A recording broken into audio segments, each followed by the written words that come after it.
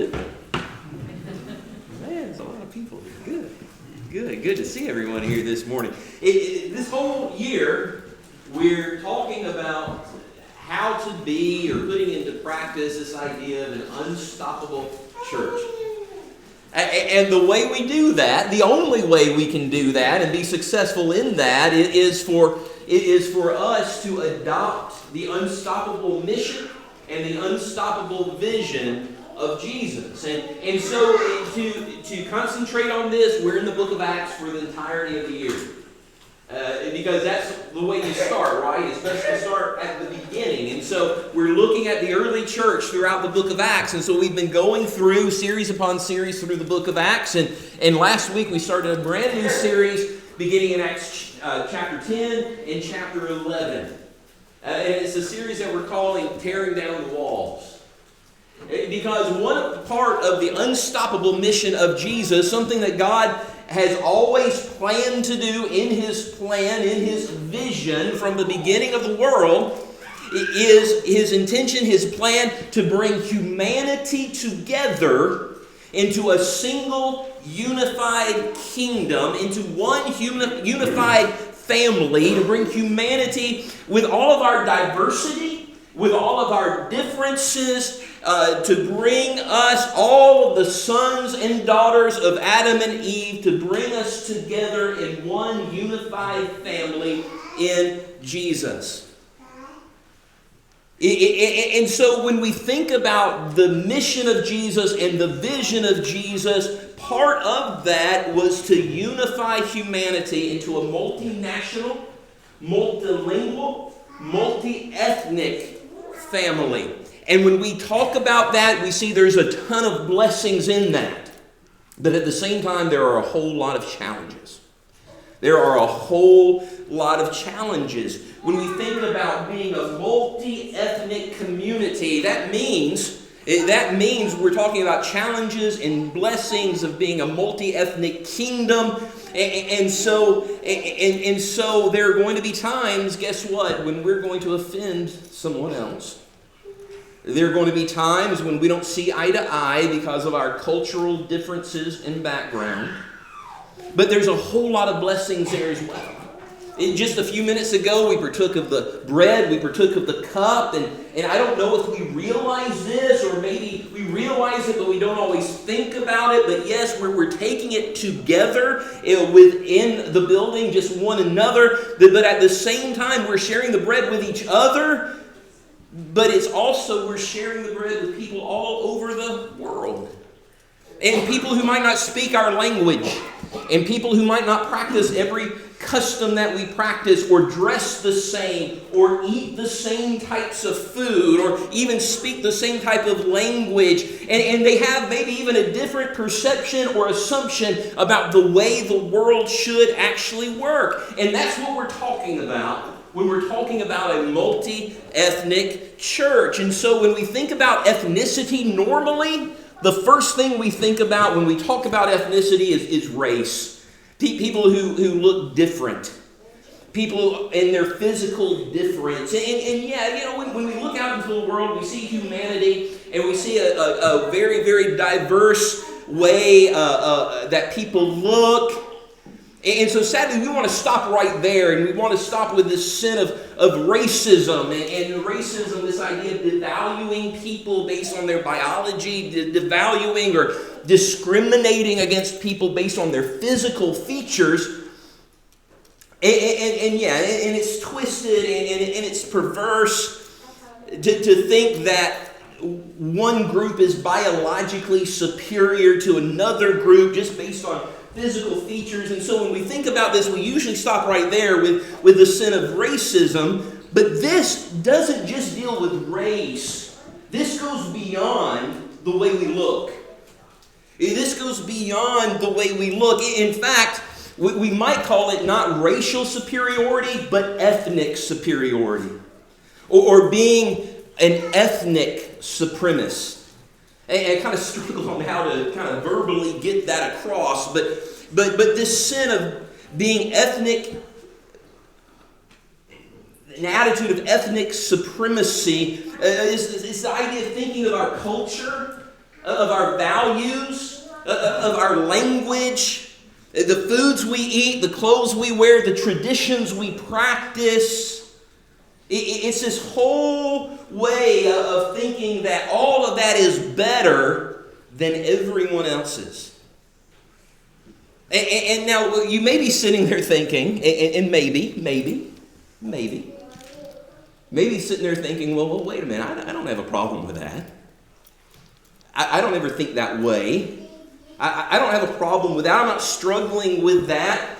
But I want to suggest something to you. If the apostles struggled with that, if the apostles struggled with the sin of being ethnic supremacists, then it's possible I might struggle with it as well. It's possible you may struggle with it as well.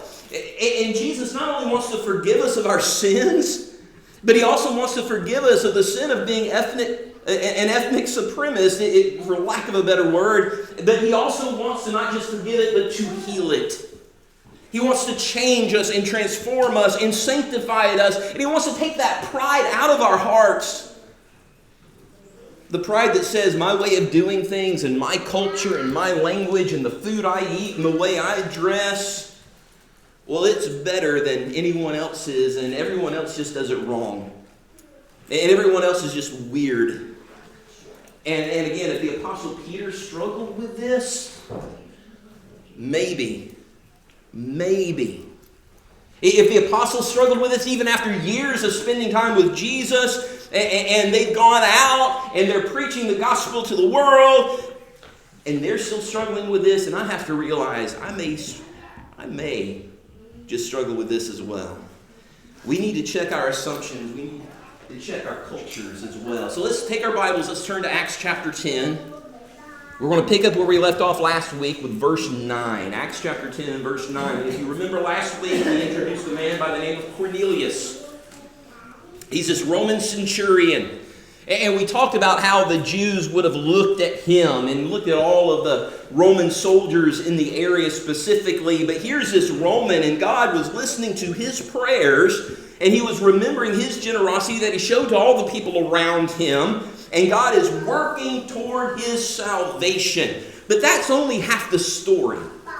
And that's only half the story, because while God was working with Cornelius on one side of the wall, He was also working with Peter on the other side of the wall. So let's look at Acts chapter 10, and let's look at verse 9. It says, the next day, as they, that is the servants that Cornelius sent, were on their journey and approaching the city, Peter went up on the housetop about the 6th hour to pray, and he became hungry and wanted something to eat. But while they were preparing it, he fell into a trance when he saw the heavens open and something like a great sheet descending, being let down by its four corners upon the earth. In it were all kinds of animals and reptiles and birds of the air, and there came a voice to him, "Rise, Peter, kill and eat." Okay, a couple of things to notice here. First of all, there's an emphasis placed on the four corners. They're emphasizing, and it's probably representing the four corners of the earth in the context of what we're talking about. But here's this sheet that Peter sees. It's being let down, and it's filled with all kinds of animals. And if you're like me, the first animal I think of that a Jew would be repulsed by, what is it? Pig. There's probably a pig on that sheet. Now, I don't know about you. I love pork. Anybody hate pork? I love pork. Bacon? Wake up to the smell of bacon in the morning. Pork chops. Oh, man. Barbecue. I don't care what Texas says. Barbecue is pork. I mean, I like brisket. Don't get me wrong. I'm not going to turn down a brisket sandwich, but man, pork. Smoked pork butt. Pork is good, isn't it? We're about to eat some pork, right? Hope so. Hey, I don't care. I'll eat it cold. Y'all don't want to eat it cold, y'all can watch me eat it. I love pork. I love barbecue. But I want us to notice something here. Because we're tempted to look at this and say, "Oh, Peter, good for you. You're going to get to try bacon. You're going to get some barbecue, pulled pork. Oh, man." But you know what, Peter? Peter didn't think this was a good thing. Peter didn't have a longing to eat pork.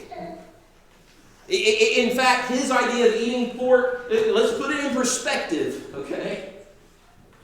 Well, let's say for lunch we're not going to have pulled pork and fried chicken. Instead, we're going to have roasted cockroaches and squirrel or rat. Anybody up for that? It's protein, man. Yeah, you wouldn't be up for that, right? That's how much anticipation Peter probably had for eating pork. Because in every single culture, the culture dictates what we eat and do not eat. It tells us this is okay to eat, this is not okay to eat. And so other people may eat foods like that, but you know what? People like us, we don't eat foods like that. And so for Peter, when he's told by God to rise, kill, and eat, this is appalling to him. It offends him. And it doesn't just offend his taste bud, it offends his morals, it offends his scruples. And so he says, I can't do that. And not only does he say, I can't do that, I'm not going to do that. I don't like that, I don't prefer that. People like me do not eat food like that. Other people eat food like that. People like me don't. Look at verse 14. Peter said, by no means, Lord, for I have never eaten anything that is common or unclean. And the voice came to him again a second time. What God has made clean, do not call common. This happened 3 times, and the thing was taken up at once to heaven. Now, this story is very, very similar to something that happened to Ezekiel. Ezekiel was told by God to cook food over human excrement.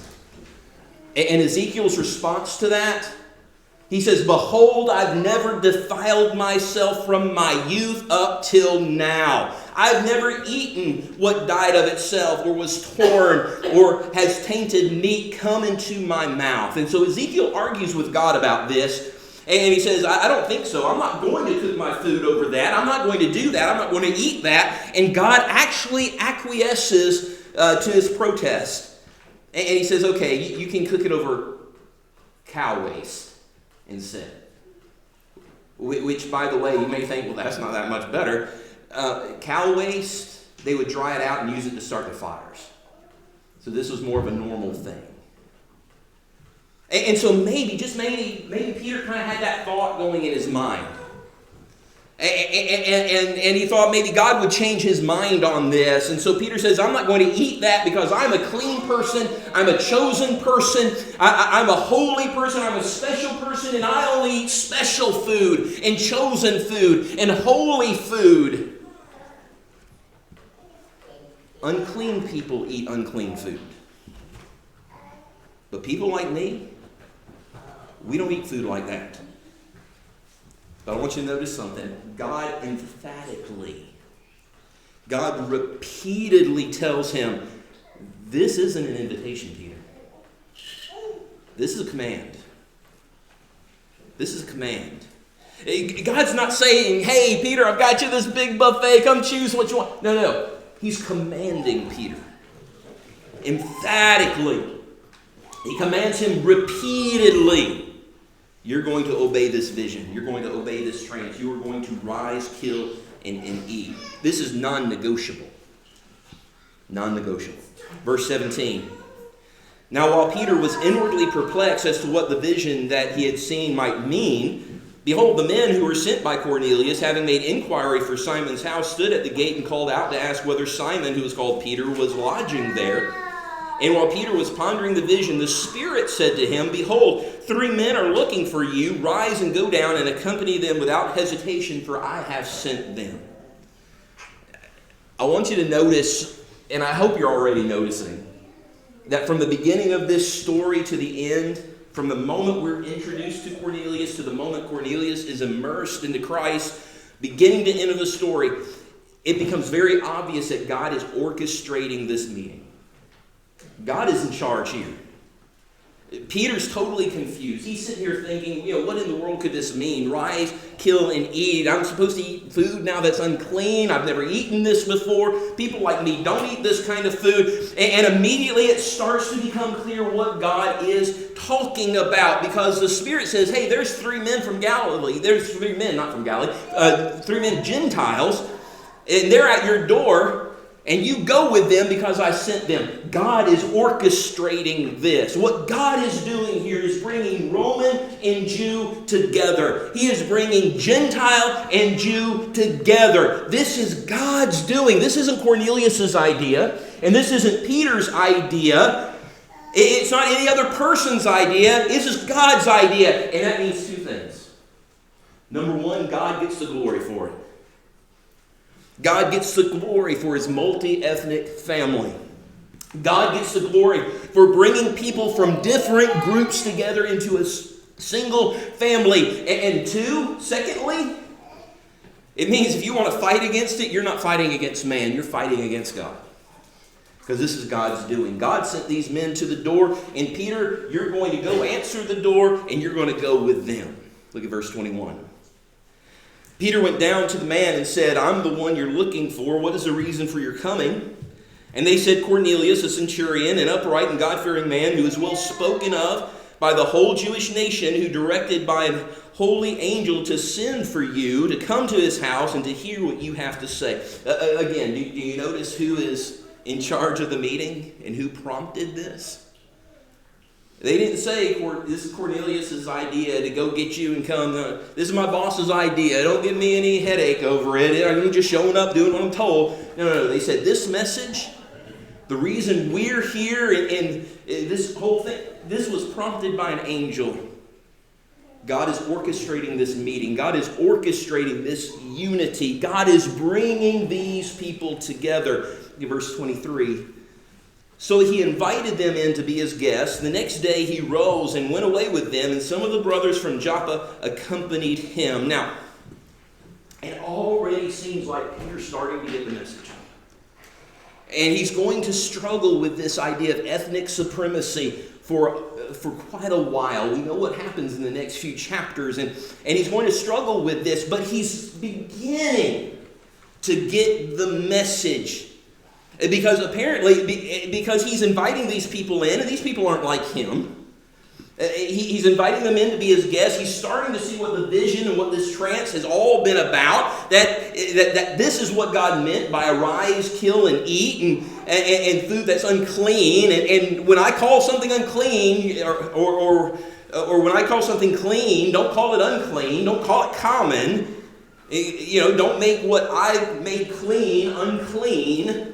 Don't call it that. And Peter's finally now starting to get the idea that this is about God taking away the food restrictions, taking away these laws, not just so Peter can eat bacon and can eat barbecue, but God is taking away these clean laws, these unclean laws, because he's bringing together these people. And in order for people to come together, these laws have to be taken out of the way. These restrictions are going to have to go. These walls are going to have to come down so that people can come together at one unified table. You see, God is less interested, and Peter is starting to get this message, that God is less interested as to what is on the table as to who is at the table. And that is what this vision is all about. And that's what God is doing. He's removing these restrictions. He's removing these laws. He's tearing down these walls, not so that they can have more food at the table, but so that they can have more people at the table. And there's something there for us as well, isn't there? We've got to ask, who's at your table? Because, it's really easy to have a table of people that look like you and think like you and have the same background as you. But as soon as you start bringing in people from other ethnicities and other backgrounds and other traditions, there's going to be misunderstandings. There's going to be hurt feelings. There might be assumptions that get made. But I hope what you're seeing is that God's not just working for the salvation of Cornelius.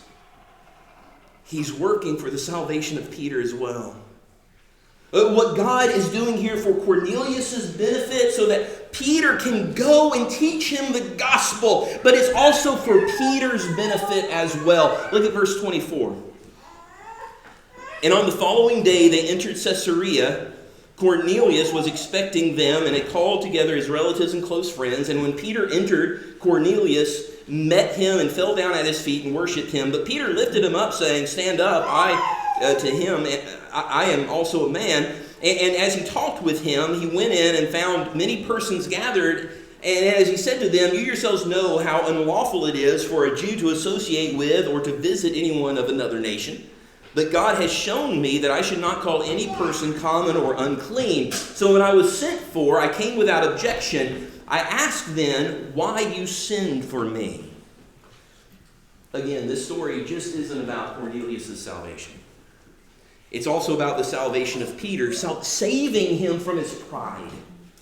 Saving him from the sin of being an ethnic supremacist, or thinking that his tradition and his culture is so superior. They're the only ones that God accepts.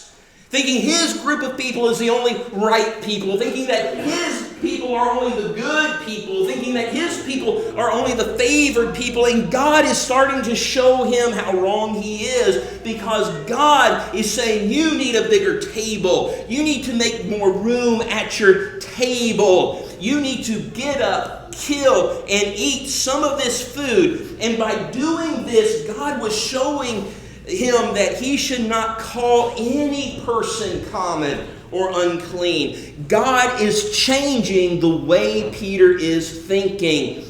And that's what God does, isn't it? That's part of what he is doing in bringing us together and expanding our table, in building relationships with people who come from different ethnicities, in building relationships with people that come from different cultures and from different backgrounds and different histories and different experiences. God is bringing us together. And yeah, people outside, they need to hear the gospel. They need to hear the good news about Jesus. But we also need relationships with people who do not look like us or think like us, because then it shows us and teaches us these lessons that Peter desperately needed to hear. Look at verse 30. And Cornelius said, 4 days ago, about this hour, I was praying in my house at the 9th hour, and behold, a man stood before me in bright clothing and said, Cornelius, your prayer has been heard, and your alms have been remembered before God. Send therefore to Joppa and ask for Simon, who's called Peter. He's lodging in the house of Simon, a tanner by the sea. So I sent for you at once, and you have been kind enough to come. Now therefore we all are here in the presence of God to hear all that you have been commanded by the Lord. Now, if you had started reading at the beginning, when Luke started telling us about Cornelius, what's happened with Cornelius, and you read all the way to this point, you probably have recognized that they keep repeating this story. In fact, this is the third time Luke has told this story to the reader. Now look, I know, for preachers to repeat themselves, it's cheap, isn't it? It doesn't cost me any money to go over the same verse twice. It doesn't cost me or us anything really just to say something another time. Preachers we repeat ourselves all the time. That's cheap. But in the ancient world, if you're writing a book or you're writing a letter, parchment is expensive. Ink is expensive. And for you to repeat yourself, it was an extremely expensive thing to do.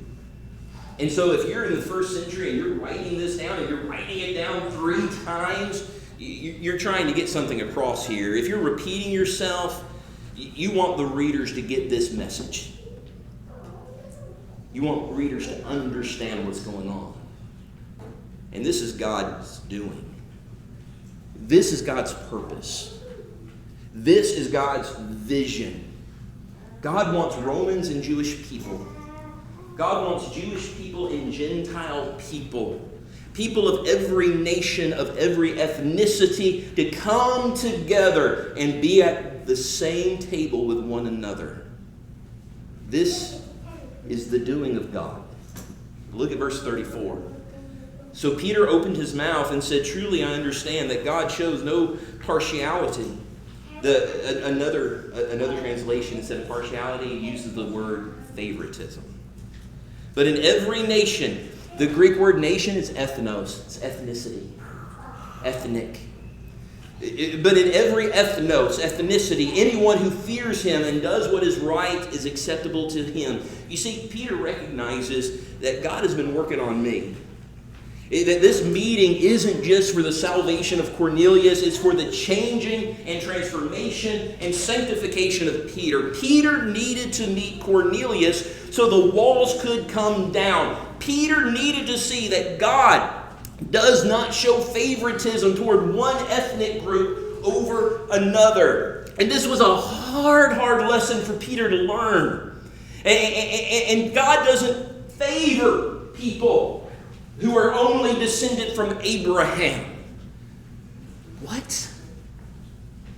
Can you imagine what Peter's thinking? That God doesn't favor those physically descended from Abraham over others. What?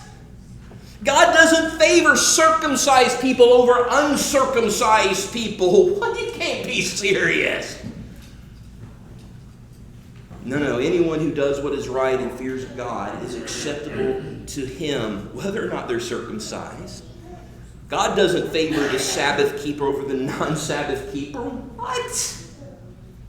You're telling me that those Gentiles out there that work on Saturday, that they could be pleasing to God as well? Yes, anyone who fears him and does what is right is acceptable to him. God doesn't favor those who eat kosher foods over those who do not. What? You mean the pork eaters?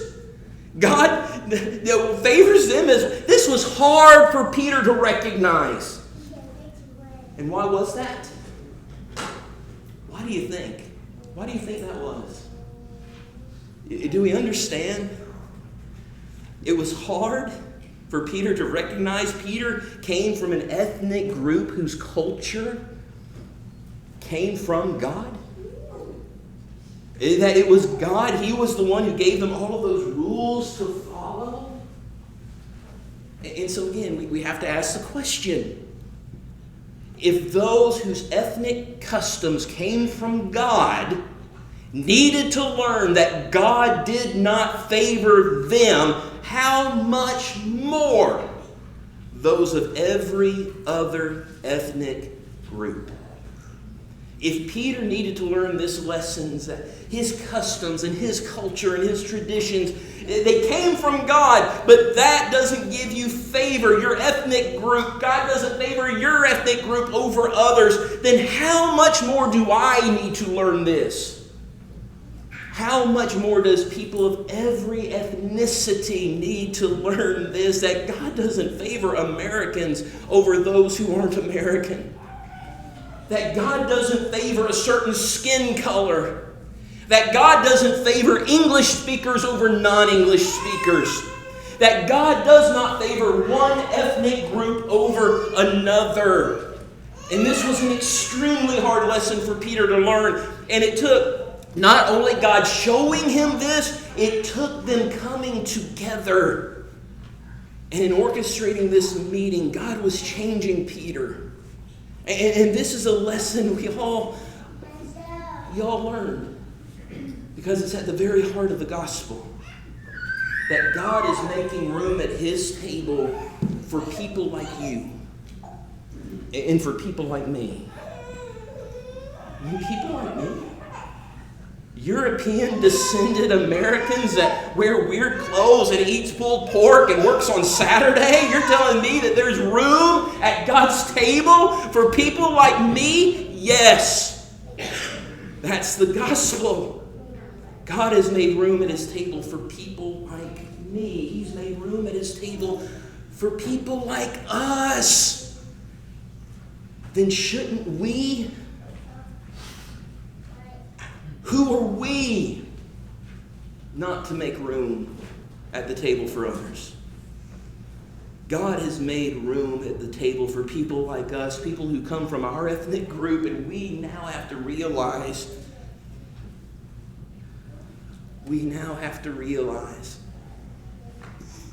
that there is room that there is room at the table for people of every ethnic group, because God does not show favoritism, partiality. It's the will of God to bring people together, to unify them in His kingdom. And so the encouragement to all of us, we need to choose tables, not walls. We need to choose tables. Choose to bring people to your table. Choose to build relationships with people. People who don't look like you, people who don't have the same background as you, or have the same traditions or customs as you, and allow people to come into the family of God and bring their whole self with them. This is what being part of a multi-ethnic family is all about. We let them come in, bringing their whole self with them, and help them to grow and to change. And as we do so, we spread the gospel to those who need it. We spread the gospel to those in the world, but at the same time that God's working on them through the gospel, He's working on us as well, healing us of our pride, transforming us, sanctifying us. Not only do we need to be concerned about reaching the people out there, we also need to be concerned with God healing our pride. So we build relationships with people who aren't like us, understanding that that's what the will of God is, to tear down walls and build bigger tables, to bring us together into one family, and to understand that anyone who fears God and does what is right is acceptable to Him. And we may still have some pride. We may still even have some prejudice. We may still have some bias that needs to be healed, that needs to be changed, needs to be transformed. But we need to understand that when we became Christians, when we were immersed into Christ, when we were baptized into Christ, that God made room at His table for people like us. And if we're going to participate in what God is doing in the world, we've got to make room at the table for everyone else. We've got to make room at the table for people of every ethnic group, because it's God's will that we be part of a multi-ethnic family. Now, maybe there's someone here this morning, you're ready to be part of that family. You're ready to be forgiven. You're ready to obey that gospel call. For hearing, believing, repenting, confessing, being immersed. Maybe it is that you simply need prayers, encouragement of your brothers and sisters in Christ, whatever the case may be. Make this invitation yours right now. As together we stand and sing. Oh,